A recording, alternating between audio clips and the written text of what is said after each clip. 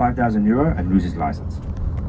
And how they track this is if the police pull us over, they go to the machine, they print out a long piece of paper, and it tells them if he went over or if he didn't. And yeah, he can lose his license, and his license is his job, is his life as well, for all the drivers. So it's very important to them. So that's another reason why to be on time. In terms of the coach as well, just when we are doing bags to coach, just a reminder not to leave your luggage there and leave. If you do that, nobody is watching your luggage. It does happen where people see the coaches and they see no one's watching the luggages, and they come up next to the coach, they grab a luggage and walk off, and by the time you realize that it's gone, it's too late. That is not like a false thing, that is something that actually happens. And yeah, oh yeah, with the coach as well, just be careful with loose heavy objects on the top. They can fall off and hit someone in the head. I've had someone go to hospital before because of that, a bottle of wine hitting them. Seatbelts is a legal requirement in Europe, but I won't be policing that. And also there's no allocated seating on the coach, so you can sit wherever you want, first in, first serve, yeah, wherever you want. There is no allocated seating.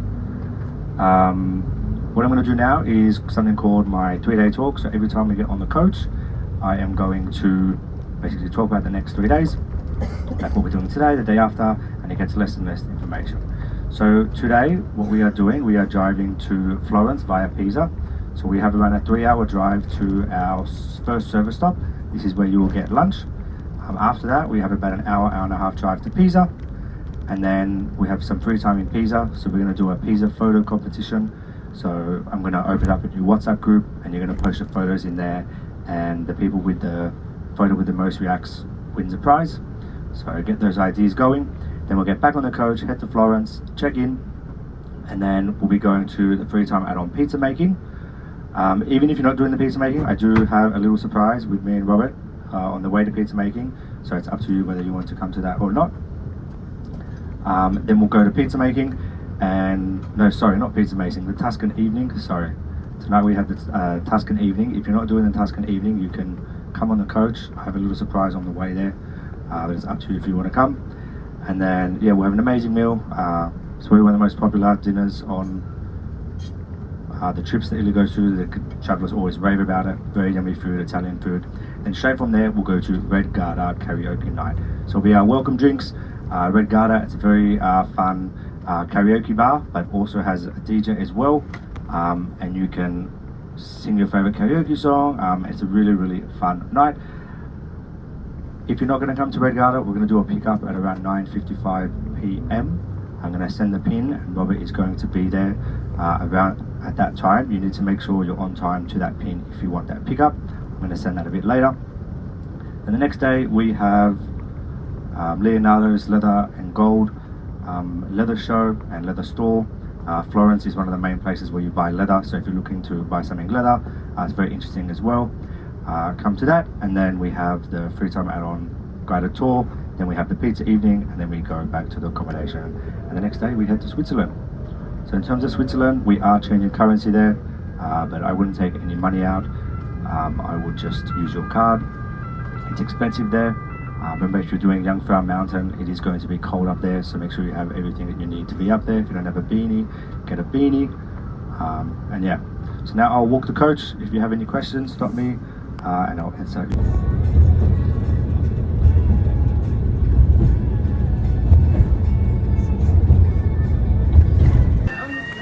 Got this. Pay your first and get your food.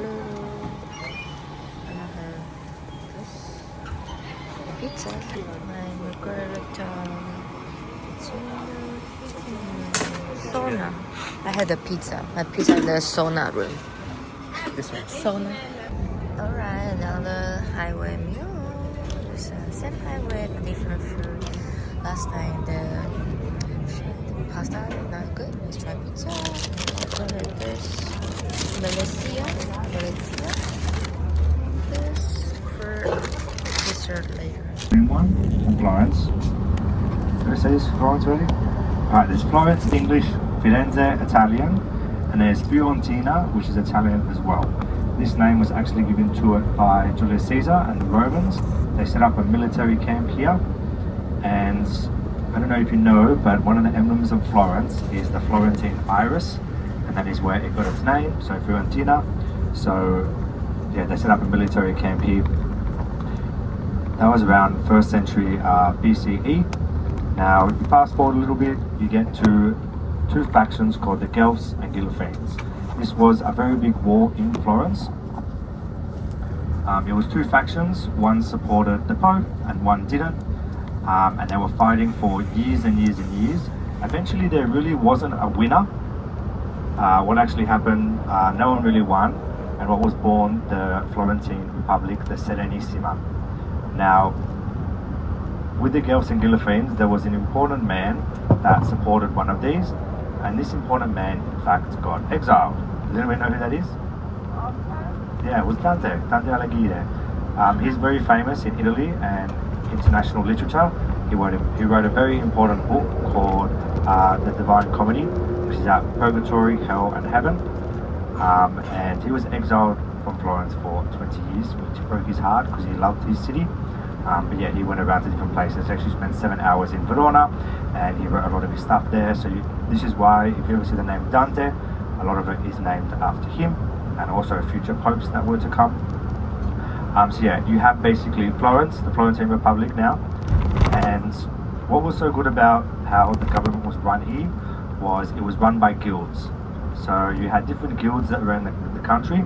You had, say, architect guild, a bank guild, all different types of things. And what happened was these guilds rotated. So you had different guilds running the city/country at different times. So you had a lot of different inputs in how the city was run. Now in Florence as well, you're going to see a couple more emblems. One of these emblems is going to be a shield with 5 red dots on it, you can call it. This is an emblem of the Medici family. The Medici family is one of the most famous families in European history, especially from Florence, because that's where they're from. And you had a very famous man called Cosimo Medici, who was very, very important. He was one of the first Medicis to rule Florence. He was the unofficial ruler. He was never the top dog in terms on paper, but what he did, he pulled strings behind the scene. And one of the ways he got very famous is that he used to lend people money, and in return he got favors back. Eventually he did get exiled for this, but they did return. The next famous one is Lorenzo de' Medici. Now, this is also at the same time as the Renaissance. So if you don't know what the Renaissance means, it did start in Florence. The Italian word is actually risorgimento. So Renaissance and risorgimento means rebirth. So it was the rebirth of ideas that came before us.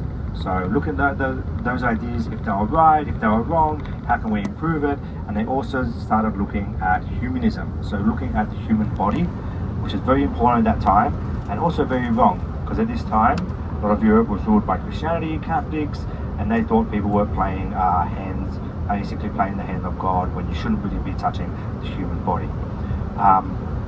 Lorenzo Medici is very famous for the Renaissance as well, because back then and even now, people aren't going to make art, they're not going to make sculptures, they're not going to do all these sort of things unless they're paid.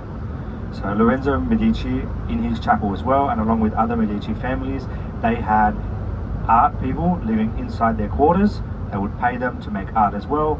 People like Leonardo da Vinci stayed in his residences, even Michelangelo. So this is why that is so important. They even had their own currency called the florin, and that was their currency, and they even held the money of the Pope, so the papacy.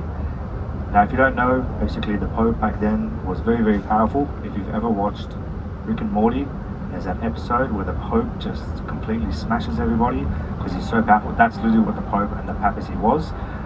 That's what they were. If the Pope said to do something, you would listen.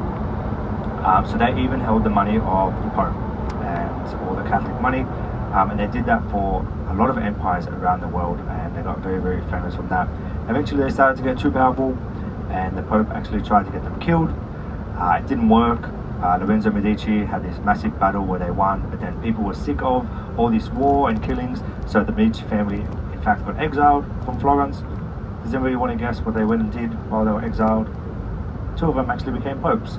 So they eventually did come back. Black Plague came, when I showed those before. They eventually did come back and rule the city. They were one of the longest living dynasties at that time. In the 18th century, you had the last Medici family person passed away, and she did something very important. She was a woman. Her name was Anna Marie, and she, in fact, so over the years or the centuries, the Medici family, they got a lot of art, got a lot of sculptures in their own private residences. And in fact, she was one of the first people in the world where she donated all the Medici's family works to the city of Florence. Now, it might sound normal now because a lot of art museums are state-owned or country-owned or city-owned, but at that time it was quite abnormal. They were one of the first, if not the first, in the world to have Florence have their own, basically, own art galleries and all that sort of stuff. And that gallery still exists today, which is the Uffizi Gallery, which has one of the largest collections of Renaissance art in it, which is something you can do in Florence. It's very, very beautiful.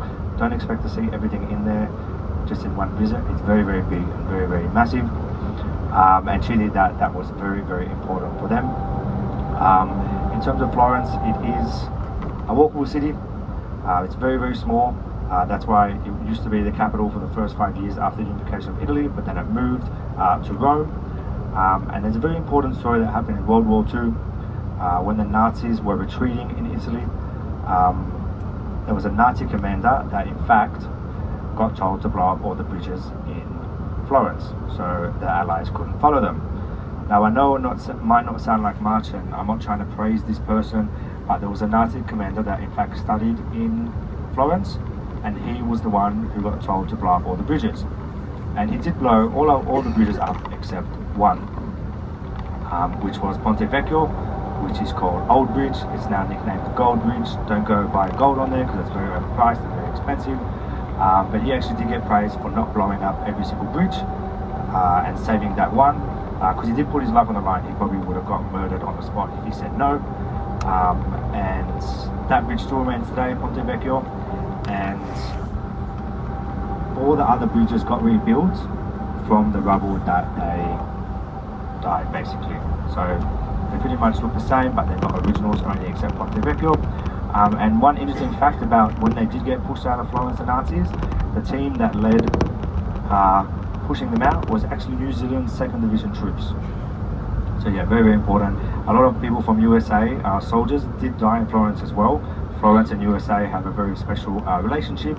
That's why here as well you will see a lot of students from the United States of America studying here.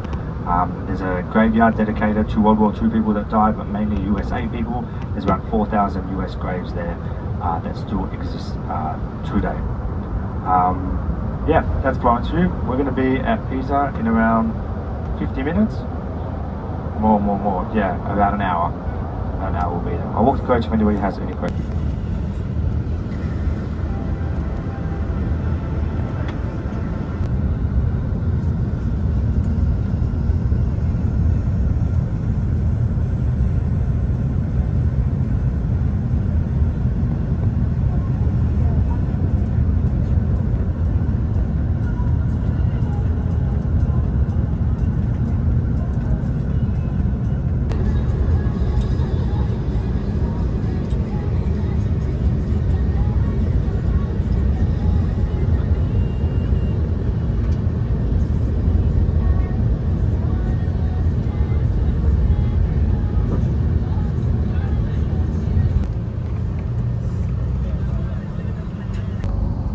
A long time ago that we don't know a lot of information about at all. They didn't actually write down many things. They didn't note down anything. It wasn't until the ancient Romans and the ancient Greeks came down where they started to write down everything. And factually we know that the Etruscans lived here because they found an Etruscan tomb around 20 to 30 years ago nearby here. Now the name in fact comes from the Etruscan language, because there is a river that flows through Tuscany. This is called the Arno River. And the Arno River used to in fact go to where the Leaning Tower of Pisa is. And you could call that the mouth of the river. And Arno basically means mouth. So, mouth of the river, Pisa, that is where it is all connected. So where the Leaning Tower of Pisa is It's all mushland because the water used to be there, so it has a very, very bad foundation. It is a university city as well, Pisa. Around 20,000 of the population is university students, so very, very high student population. As you all know, one of the main attractions of Pisa is the Leaning Tower of Pisa, which is located in the Square of Miracles, which, if you don't know in Italian, square means piazza. Piazza di Miracoli. Now, in this piazza, there is a few things there. There is the church, which has the clock tower, which is the Leaning Tower of Pisa. And these structures are very, very beautiful because it's done in a white marble stone. And what they used to do was, basically when you go there, it's going to look like very in your face, very beautiful. This is because for about 10 years, they used to let tourists go in, then at night, people used to come and clean all the marble. So it looks very, very bright, very, very beautiful. Now the Leaning Tower of Pisa, who knows why it is leaning? Does anyone know? Anyone have a guess? Except you. I know you know. I knew I was waiting for you to look up. Any guesses? Oh, sorry, what was that, Ariella? Something about the foundations. Yeah. Liz? Yeah. And Kirstine, you had it too, sorry. I know you know, that's why. Yes, because it's bushland. So in the 13th century when they built it, when they started to build it straight away, people think that it started to lean as it was built complete. It started to lean straight away, but they still built it anyway. And slowly over the years, it started to lean. In around the 1990s, it started to lean too much that it was probably going to fall down. They didn't know what to do. They had an idea where they were going to do one big net and let it fall and catch it. They didn't do that. What they did was they closed it for around 10 years and they rebuilt the foundations underneath. But when they fixed it, they made sure it was leaning just a little bit, so it would still be the Leaning Tower of Pisa. Now in 300 years, they're going to have the same problem again. That's a long time away, but maybe they'll have some new invention. I don't know what they're going to do then. But yeah, it is still leaning today, and it's slowly going leaning again, but in around 300-400 years, we'll have the same problem. So yeah, it is the clock tower. Now there's a very famous man from here as well, and his name is Galileo Galilei. It's not related to the Queen song, if you thought that. I don't know, Queen just liked that he liked that name in his song. He's a very famous man, and he's very important to how we view science today. He laid a lot of foundations. When he was younger, his dad was basically a lawyer in the sheep shearing industry. His dad wanted him to follow in his footsteps. But one day when Galileo was at university, he walked past a mathematics lecture and he fell in love with it. And this is why parenthood is so important and nurturing your kids, because Galileo's dad let his son follow his dreams, not even his dreams, just follow his passion. And to be honest, if his dad said no, you can't do that, we probably wouldn't have had Galileo today. So that's why it is so important. So he followed mathematicians, he became a lecturer, and one of Galileo's person he looked up to was Aristotle. Now, he's a philosopher from a long time ago, like 1500 years ago, maybe more. And one of the things that Aristotle said was, question everything. So this is what Galileo believed in. And I'm not going to talk about everything he did, but two of the main things that he did was something that's called the law of gravity. So you have to imagine at this time as well, it's like the 15th, 16th century, the Catholic Church again is running rampant. Whatever the Catholic Church says is true, you don't go against it. Don't go against them, who knows what's going to happen. But Galileo was a man of the church, he was Catholic, it was very important to him, but he was a man of science as well. One thing that the theory that he proposed was the law of gravity. So basically, to simplify this, what they used to think was that if you have two spheres at different weights, so one heavier, one lighter, so 5 and 20 kilos, if you get rid of gravity, you create a vacuum. They used to think that the heaviest object would hit the ground first because it's heavier. But that is in fact false. What in fact happens is that if you have a 5 kilo sphere and a 15 kilo sphere, and you get rid of the gravity in the area and you create a vacuum, it doesn't matter the weight of them, all that matters is the height that you threw them off. So if you went higher and threw the smallest one higher than the larger one, the smaller one will hit the ground first. It has nothing to do with weight. There's a good YouTube video that I will actually in fact show you on YouTube. I'll send that to you. It's like a 4-minute video. It really explains it very, very well. People saw him do this theory. There is a theory that he went to the top of the Leaning Tower of Pisa and he dropped them from there, but that's probably not true because it needs to create a vacuum. But that is a nice theory and legend that people like to talk about. So he did that, and then also at this time they used to think that the Earth was in the center of the universe, which is not true. The Earth rotates around the sun, right? Yeah, the Earth rotates around the sun. The Catholic Church thought the Earth was in the center of the universe. Now Galileo proved this to be incorrect. He proved the Catholic Church wrong.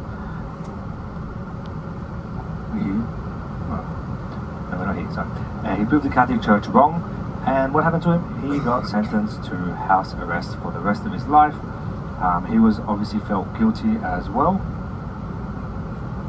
He felt guilty as well because he obviously loves the Catholic Church, and he got sentenced, he got called to Rome, and yeah, he had a bit of a shitty end to his life.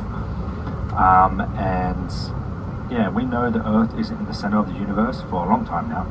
Long time. The official apology from Catholic Church was around 20 to 30 years ago.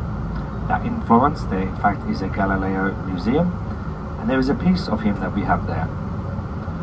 Does anyone want to guess what piece of his body we have? This isn't fake, it is true. Any guesses what piece we have of his body? His brain, not his brain. Do you know, Christine? I'm gonna guess his skull. No, not his skull. It's part of his hand. It is his finger, and it's preserved in the museum. And what people say is because it is his middle finger there, and it's preserved, people say that even to this day, he's giving the middle finger to the Catholic Church. So we're going to be there in a couple minutes. One thing about Italy as well, and well, especially in Italy, is you're going to see a lot of people offering you stuff. I think I've said this before. You don't need to be rude to them. I mean, you can literally just walk past and say no thanks. They can be persistent. If they say nice shoes, just keep walking. You're not considered rude. But you have to think it's part of the culture here. You will see in a lot of restaurants that you go into in Italy, these people come into the restaurant, they use the toilet. Italians don't get annoyed, so I don't see why you should. Just say no thanks, keep walking. You're not considered rude, but it's definitely part of the culture here. That's to go everywhere. And yeah, we might get swarmed when we get off the bus. It might look like it's raining, so they might be selling umbrellas, but yeah. So we're gonna get off. We're gonna about a 15-minute walk to the city centre. There is toilets there.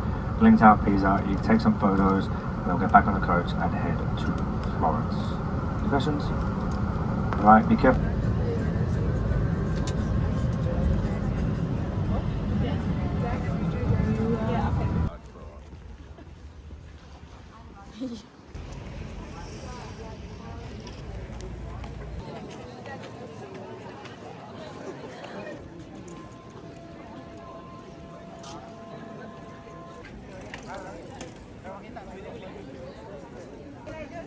Anne!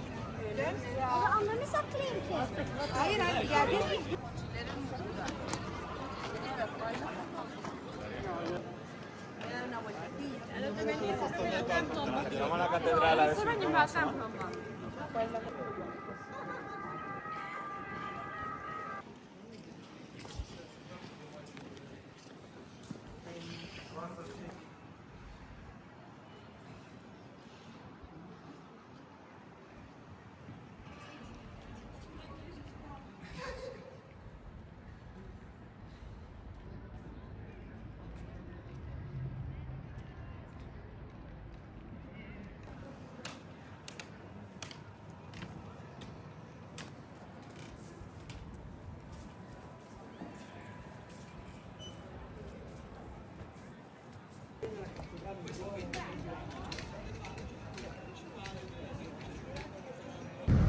First question for Ebony. So when you get on the mic, you can say, "Hey, my name."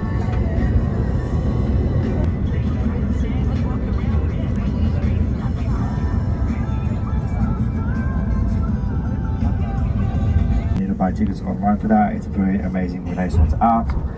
There is also porchetta in a roll. It's very famous around here.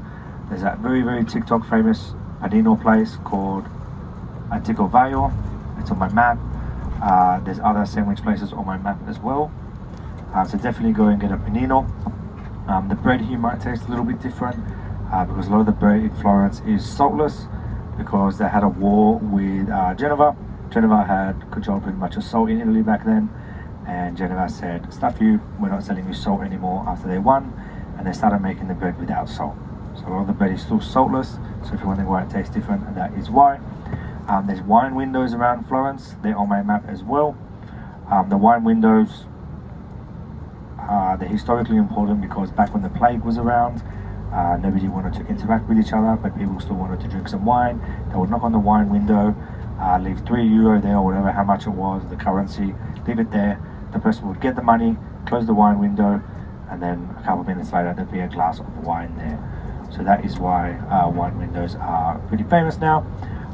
There's the central market you could go to go get some lunch as well. There's the leather markets you can go to, but I would be careful with going to anywhere that isn't Leonardo's tomorrow for the leather show.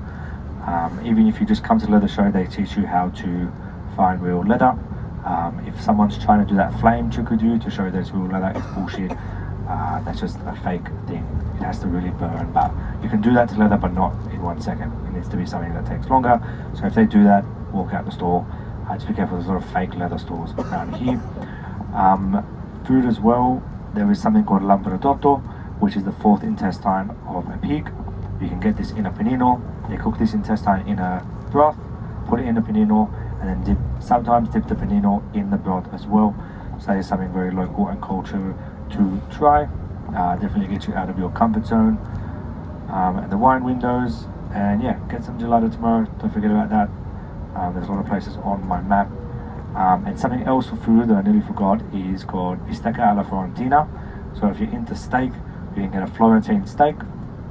You cannot get this Florentine steak less than 1.2 kilos. And it's usually around 60 to 70 euro per kilo. So usually you would share it with someone. You can only get it in rare. You cannot get this not in rare. If you order it and they give it to you in something else, it is not Florentine steak. Fiorentina bistecca, it's not true. You can only have it in rare. I know some of you are probably thinking rare steak, that's crazy. It's probably one of the best steaks you'll probably ever try in your life. It's not chewy, it's very yummy. You order some potatoes with it as well. That is something you can pretty much only get in Florence. If you go somewhere else and they say they have it, it's most likely not Fiorentina bistecca, most likely a scam. Not all places, but yeah, pretty much you should only get that from here. And yeah, that's about it. We're going to be there in a bit and we'll check into the accommodation. We'll leave on the coach at 6:20 because I don't know who's coming, especially the people that are coming to the Tuscan dinner. Make sure you're on time because I won't be doing the count because I don't know the numbers, who's not coming. Is he naked? Yes. David, is that you? I've been looking for you. Hi.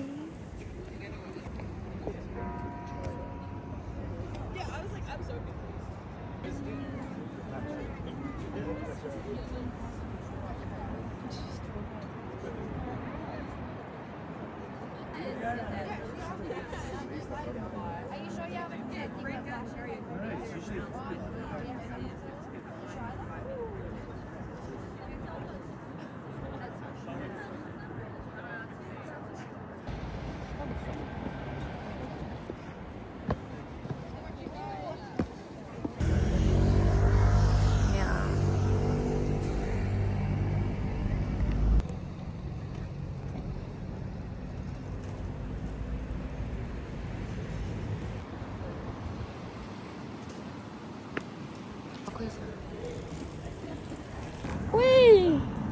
No, You break it! It's rubby. Your free pizza.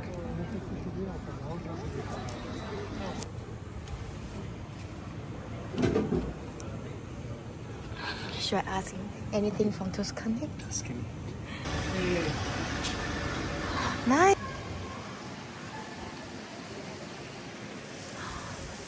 Yeah, go up there.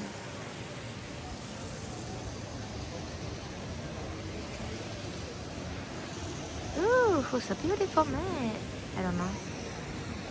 The statue. See his peeing. Oh, he's being, yeah. So much pee. Who's a cute pony? Who's a cute pony? And so much pee. So much urine.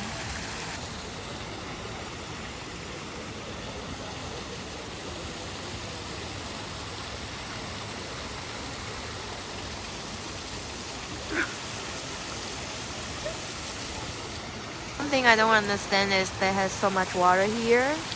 And look at this fish. What's wrong with this? Out of budget.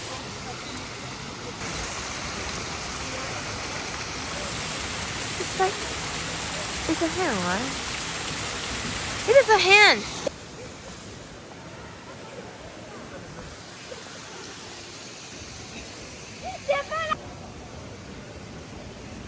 What's this holding?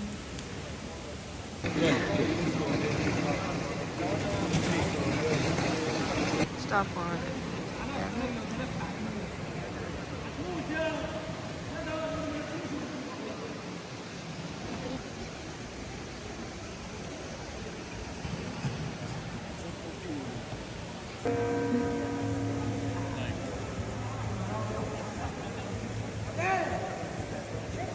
That's it? Oh, no, okay.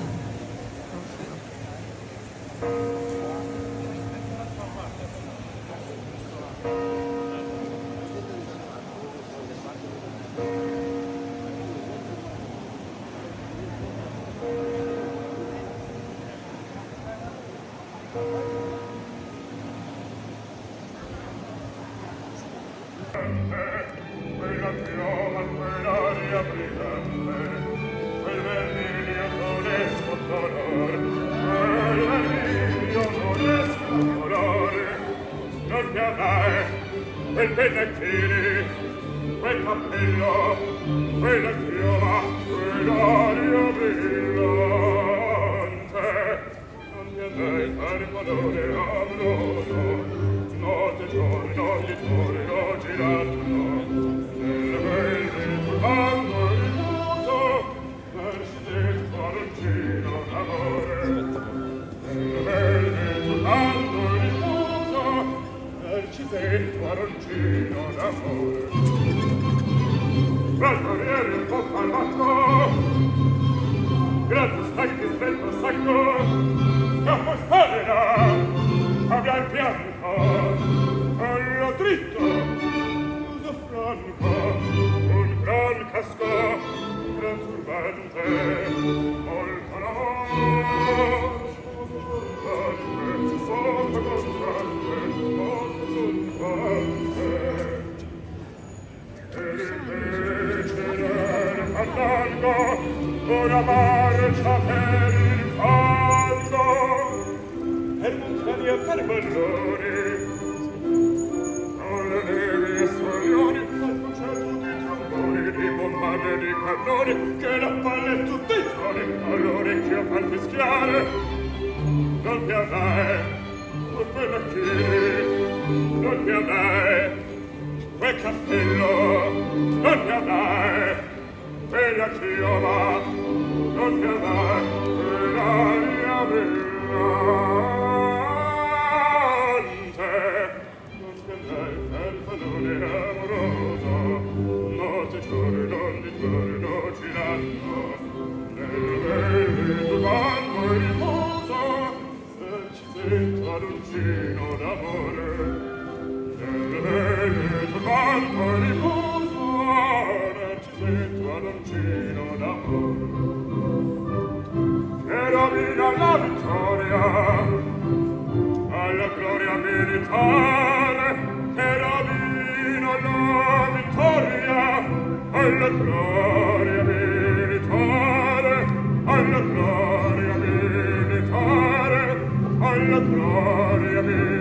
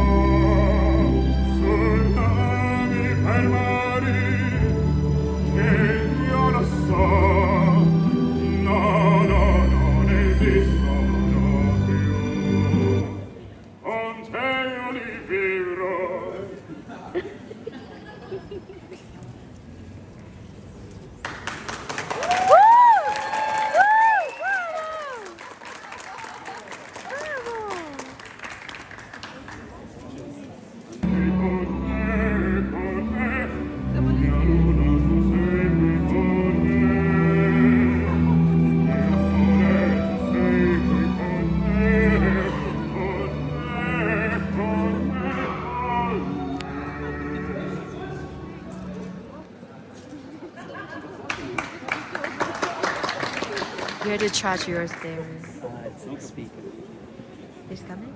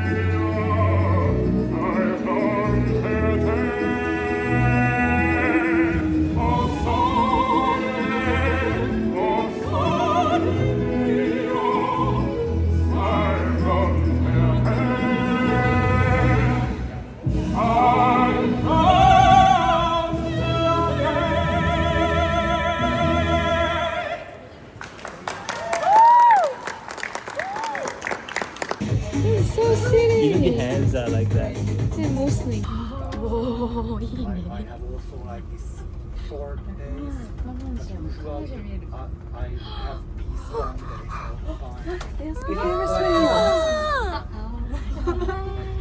Maybe we can stop here for a while. Yeah. It's just 4 of us, right? Five. 5.